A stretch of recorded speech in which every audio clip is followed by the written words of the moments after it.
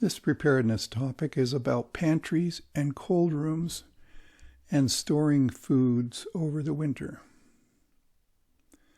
This will have 3 portions, which is the types of food stored in pantries and cold rooms, pantries and shelving, cold rooms, and cellars.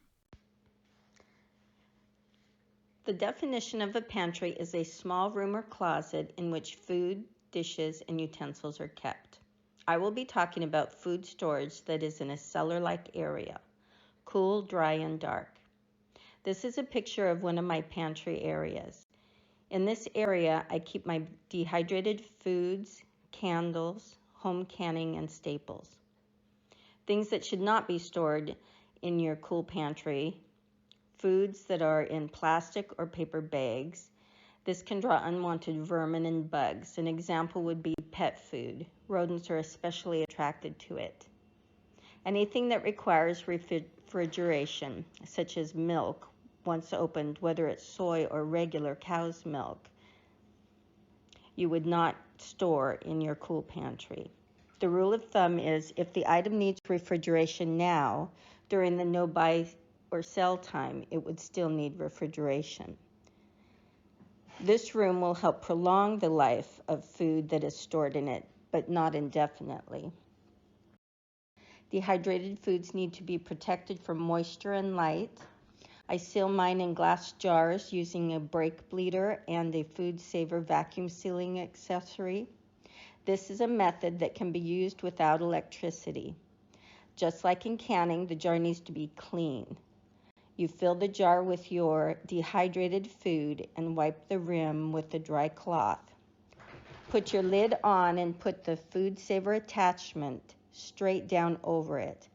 Hold your brake bleeder hose that you have placed in the hole at the top of the Food Saver attachment lid and pump the brake bleeder until the needle doesn't move anymore.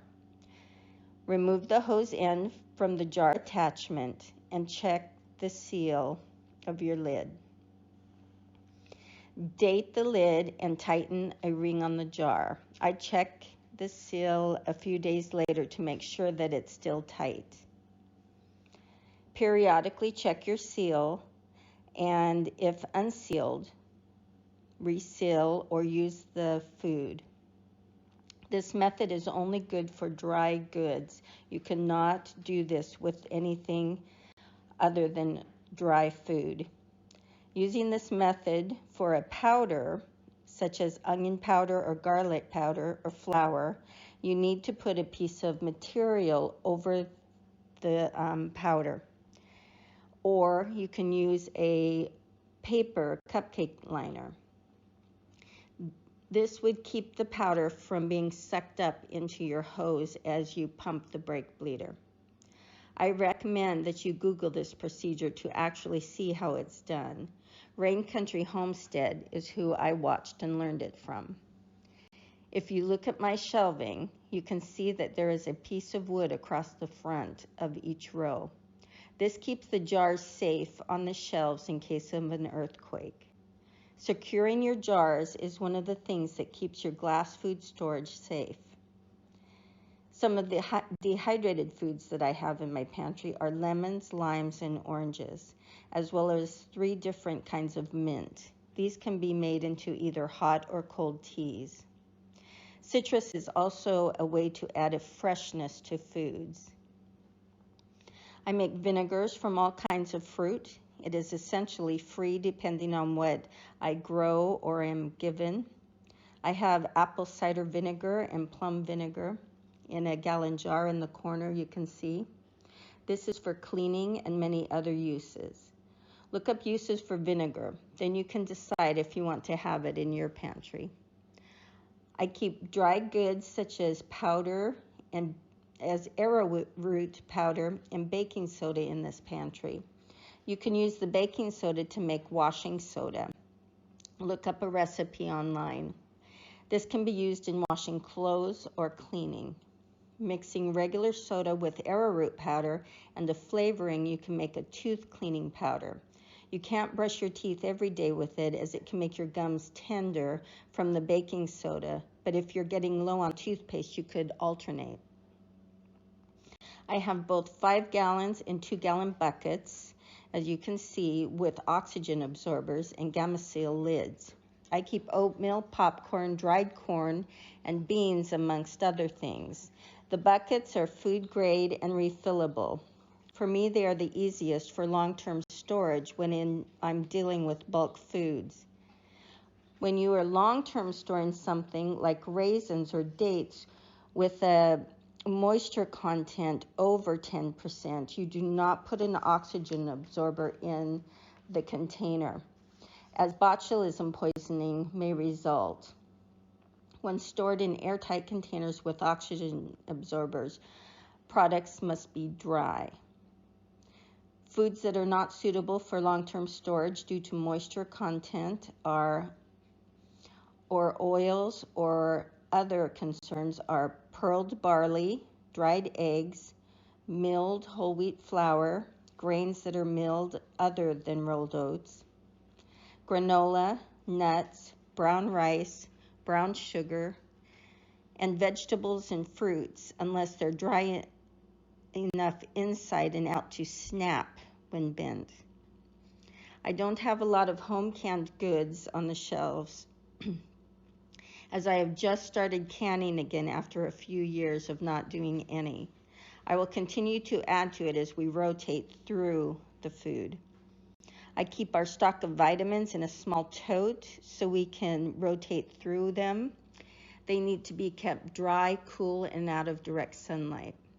Candles are another item that benefit from a cool, dark place. Keeping them from direct sunlight helps with their scent, and away from heat keeps them from becoming soft and misshapen. You can see my shelves are spaced at different heights for maximum storage. I have gallon jars, half gallons, quarts, and pints. I keep my empty jars at the end of my shelves, and as I need them, I'm able to take them off the shelf and fill them, then replace them back into the same spot. Moving on to potatoes. Storing potatoes. Store your potatoes in a breathable container, such as a basket. Make sure that they are covered. I use burlap sacks, which are breathable but keep the light out. You keep them in your cool pantry where it's dark. I wait to get my potatoes until the weather cools down. This helps with the temperature in my cool room. Then I purchase what I feel we will use. This year I planted potatoes and I left them in the ground until the weather cooled. I just dug them up and put them in my pantry. With onions, you want a hard onion, as the sweet varieties will only hold up for a few weeks. And then to store your root vegetables that you grow, brush off the dirt, remove the greens, eat the greens or dry them for later. Check for any damaged produce and put it aside to use first. Layer damp sand, dirt, leaves, or sawdust with your veggies. Put a layer on the bottom of your container, then a layer of vegetables and another layer. And then you would store it in a cool, dark area. Check on them periodically to make sure that they are not going bad, as too much moisture will cause rot, or not enough will cause them to dry out and split. And you just want to make sure that if you're not using, say, your carrots fast enough, that you do this to check them. But if you're using them, you just check them each time you get some out of your pantry. So things to remember: keep moisture out of your dried goods. Keep pests out, bugs, mice, and other crawly things. Protect your jars from freezing, falling off the shelves, or overheating. You want to keep things dry and dark for most food storage. And organize.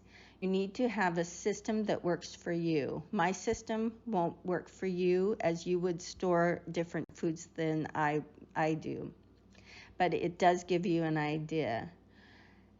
Remember, first in, first out. Whatever you put in first, make sure you rotate it to the front and use it, and then the new goes in behind. Last, check out Homesteading Families on YouTube. These are people that have lived the off-grid or self-sustaining life for years. And my recommendation is Rain Country Homestead or Homesteading Family. So I want to thank you all, and I hope you have fun filling your pantry.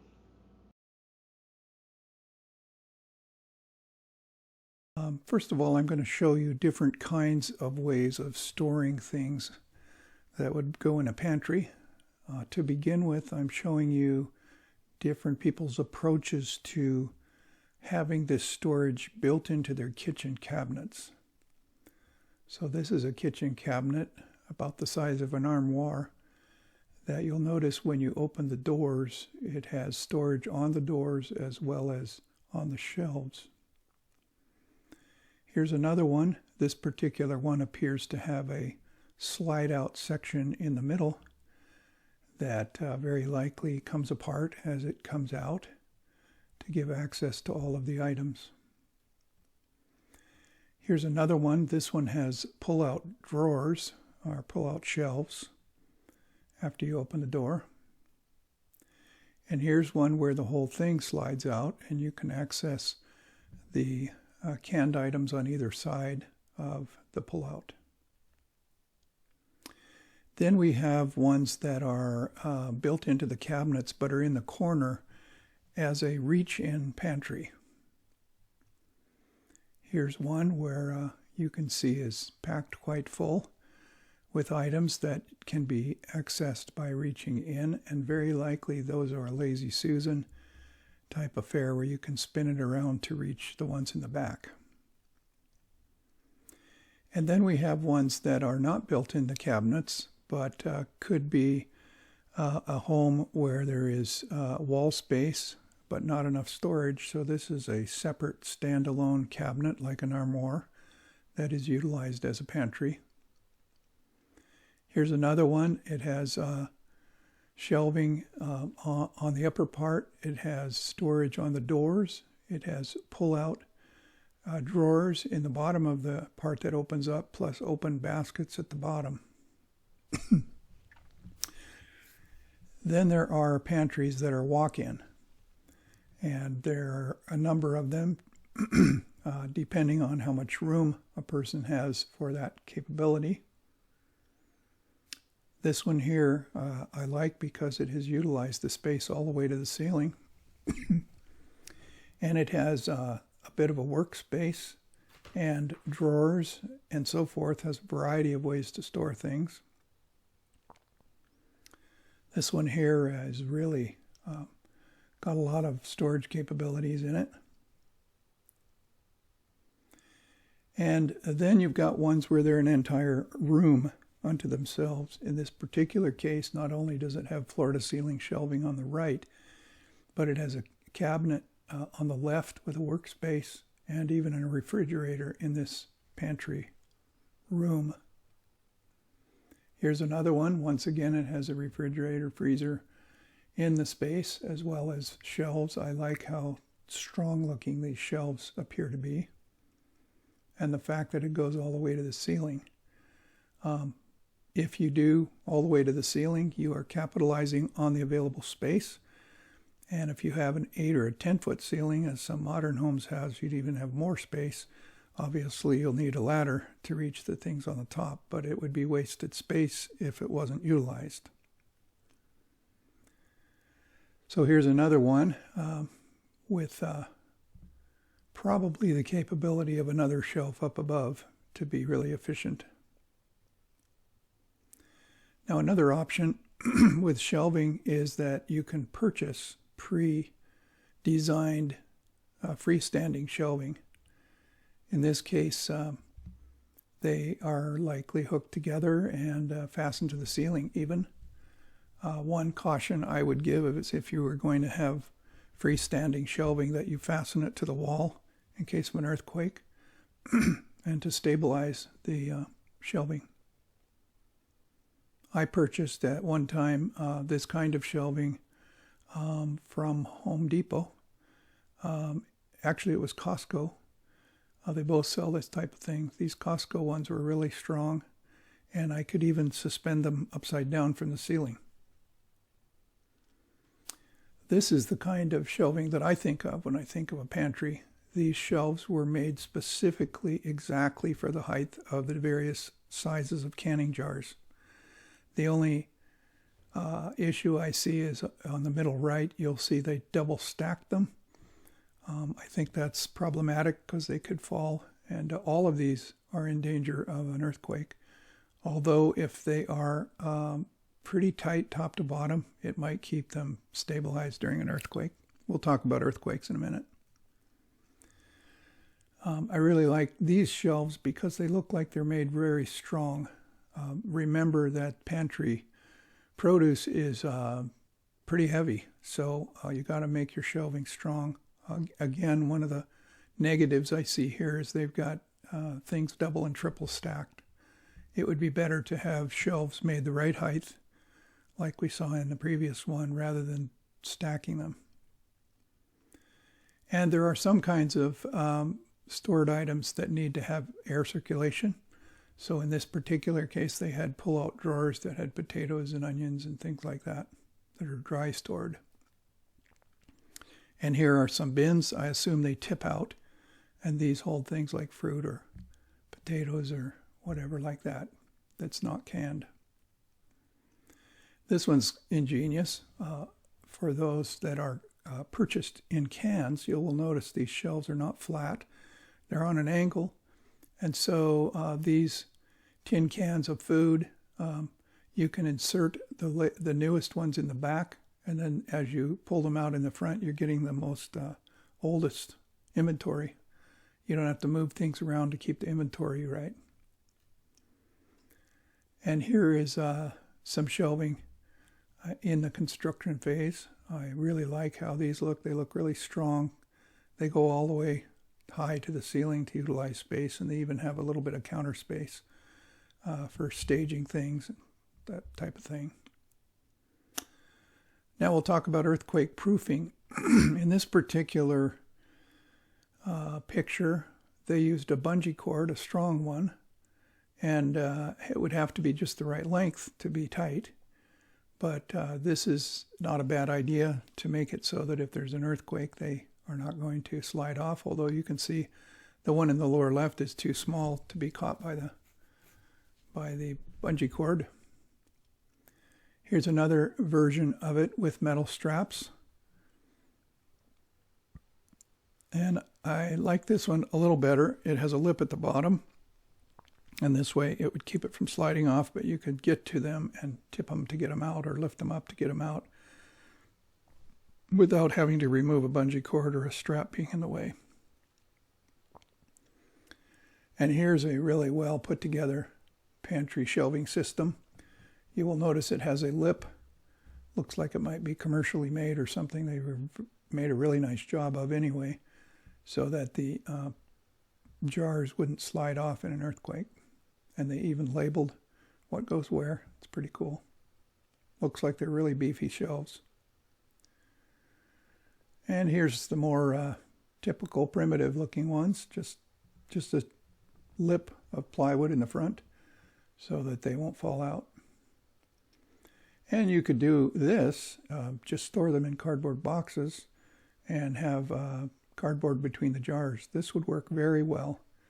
It's not real convenient to get to the product that you need that might be in the second box down, but it is a very inexpensive and earthquake-proof way of doing it. Cold rooms and cellars, or the lost art of long-term food storage.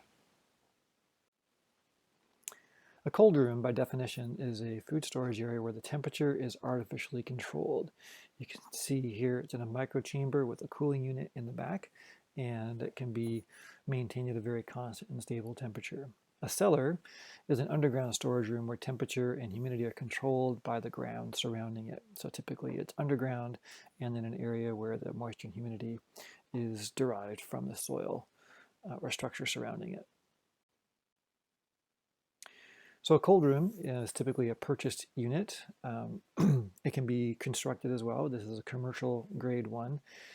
Actually has two components to it. It has a walk-in cooler, a chill chamber, and a freezer. So basically it has two compressors, one to cool the cool room where things are not to be frozen, and then we have the deep freeze where items are frozen for long-term stability. So the could be fairly expensive direction to go, but it is an option that could be done, and also is a power sucking source. Here's a home-built cold room, starting out with a framing and an indoor wall space using some closed cell foam insulation to insulate it. And then you can see on the outside that they have an air conditioning unit that is put into the cold room to do the climate control inside of the space. So you could also store things in an old refrigerator truck. If you had access to that, I found one online for about $3,000 that one could purchase. So they have them available. You wouldn't have to buy the whole truck. You could just have the slip-on unit and store fresh produce in. This is often done for farmers going to truck market as they get their produce ready for sale. They can store it overnight for a couple days prior to delivery. If you're doing that, you'd want to use, here's another option, use an insulated door versus a wood door. You could also do insulation on an interior room. Just add an interior wall and additional insulation from what's already there to create a very well insulated environment to help maintain a stable cold room temperature situation. So if you're using a standard air conditioning unit to do the cooling, it can only cool down to about 60 degrees maximum on its own. So most food stores better if it's near freezing, 36 degrees or so. You don't want to freeze it because that'll damage the tissue structure and could be the quality and taste of the food itself. Especially if it's fresh, it's going to damage it. If you're preserving it, freezing is a good way to go. But for general storage, that doesn't work out so well. So one of the ways that you can do this is using a structure or unit called a ColdBot from storeitcold.com, which can take things down electronically using a traditional air conditioning unit. That's about $349 for the CoolBot, and then the air conditioning unit is around $600. So from the same company, you can get individual storage units like this small cube that uses just a standard air conditioning unit with their CoolBot unit to store food or create a cold environment for keeping your produce cold. You can also get it from a company called Farmer's Friend, LLC, farmersfriend.com, and they have CoolBots available as well from the same company. This is a Christian organization, Farmer's Friend, and so I'd love to support them as much as we can. Their family has Bountiful Blessings Farm in Middle Tennessee, which is a large community-supported agriculture CSA provider in the region, and they are Seventh-day Adventist. So some factors to keep in mind when storing produce. You don't want to store soft fruits very long. It's often best to buy that as you need it. Unripe fruit can be ripened at storeroom temperatures, 50 to 59. It'll be much more slowly at refrigerated conditions, so it can really help preserve that. Rotate your stock. Use it so that you don't have rotting fruit, because it can affect other fruit in the area. It can destroy the whole fruit storage very rapidly.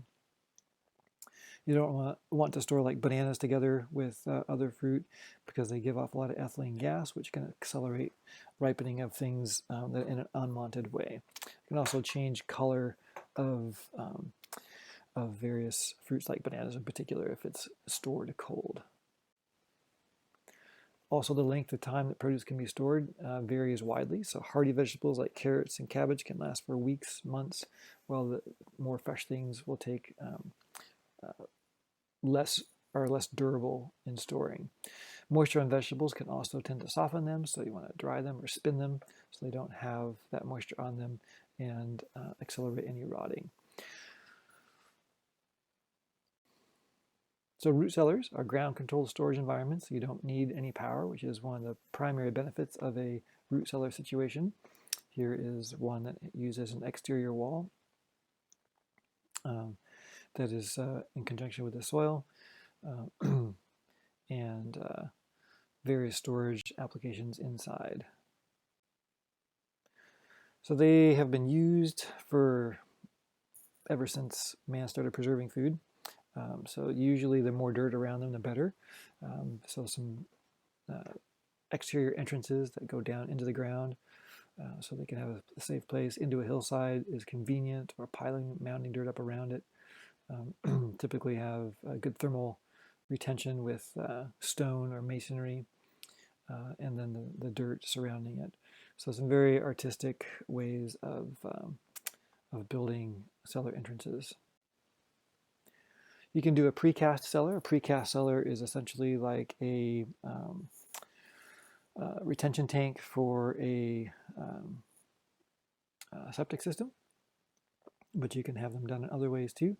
You can see two vents there, an upper and a lower vent, so that helps maintain circulation. Basically, two different ways. You can dig an area to place it in, a hillside or underground, or just pile dirt up around it. That dirt helps to maintain the temperature. The more dirt, the better for maintaining a constant temperature. Another example of that, so use some hill stabilizing units here on this side that help maintain the integrity of the soil. Some drain rock to help keep moisture from building up, and then your lower and your upper vents for maintaining air circulation, and some waterproofing on the exterior with the hatches being removed. Depending on where you have it, again, your upper and lower vent and some ground stabilizing features on either side. You'd want to have your door to the south facing, or at least not south facing, north facing, so that it doesn't get excessive heat. So you can shield your door or have it facing to the north or in a shaded direction. That's best. Here's an air ventilation control. This helps to control your humidity as well as your heat by changing the airflow. Here's another plan from grit.com, a subsidiary of Mother Earth News, using a cinder block plan and a well-insulated roof with earth built up around it. Again, your vents are key for maintaining circulation so that you don't have a buildup of gases, ethylene gas in particular, nothing deadly or explosive, just those things that would accelerate ripening, which is what you're trying to avoid. WaldenLabs.com has a nice pictorial journey through construction of a cellar, which I like a lot. They used a backhoe to dig this hole about 6 feet deep, and then used footings, put footings in, poured footings, and then built a cinder block wall around the exterior, leaving a dirt floor. A dirt or crushed rock floor helps it to breathe and maintain humidity. So here's the wall progressing. Coming up, they're using a ladder to get in and out. The little out punch there is where the stairwell will come in, and they're bringing the wall up to full height. This is the form that they're building for the pouring of the ceiling. So they have a series of arches here with a brace across the top. Here's the plywood put over top to hold the concrete in place. This will go underneath the concrete, will go on top of this, and then this form will be pulled away once the concrete has been poured. So here it is in place. They have bracing underneath to hold that up. You see they have the forms numbered here, and then they put the plywood on and then generously supply rebar. You can see they put concrete down the blocks here to hold them in place, and then the rebar will hold the arch in place as after it's dried. So here's the finished product. A nice arch. Then this will be covered with soil. Here's the entrance on this end. Here's the interior portion, nice and slick on the inside. Probably had to do some demo to get the forms out. Here's the vent, the upper vent, and on the opposite end would be the lower vent. I'm still using a ladder to exit and enter this particular unit. Nice arch. The finished product, the constructor felt like they wished they'd made a little bit higher arch in their finished product, but this is probably adequate. Here's the stairwell. They have an outer door on the outside here and then an inner door that helps to maintain the stability of the temperature throughout the seasons. So here's a layout of the block from Walden Labs, the block walls for this particular one that they showed. You can do a little bit smaller, a little bit bigger, depending on what you have in mind to store. Here's a picture of a family in the early part of the centuries. You see how they have different things stored in their cellar. This is probably in a basement type of a cellar. Canned goods, pumpkins and things like that, tables and shelving, stout tables and shelving. Might want to put some blocks in front here or boards to prevent shaking and removal of those things in event of an earthquake. Some more shelving options and storage of things like potatoes down low under burlap. Here's the rock floor. And then onions and other tubers, squashes, even cabbages can be hung to dry. Carrots and potatoes in boxes that allow airflow through them. Some other shelving units, a lot of different varieties. You can see the storage buckets here for other types of grains with gamma lids, stout shelves, and nicely labeled. So some keys: the more soil you have around the cellar, the more temperature stable it will be. Use wooden shelving. It tends to be antibacterial and non-conductive of heat. Space your shelving from the walls to prevent moisture from collecting on your shelves that may be on the walls. Packed earth or gravel floor is best for maintaining humidity control. And make sure you have your upper and lower vent pipes with airflow control to maintain heat and humidity properly. And then a couple other things: a thermometer and a hygrometer for measuring the temperature and humidity to determine whether you need to alter that at any time. And with that, happy cellaring.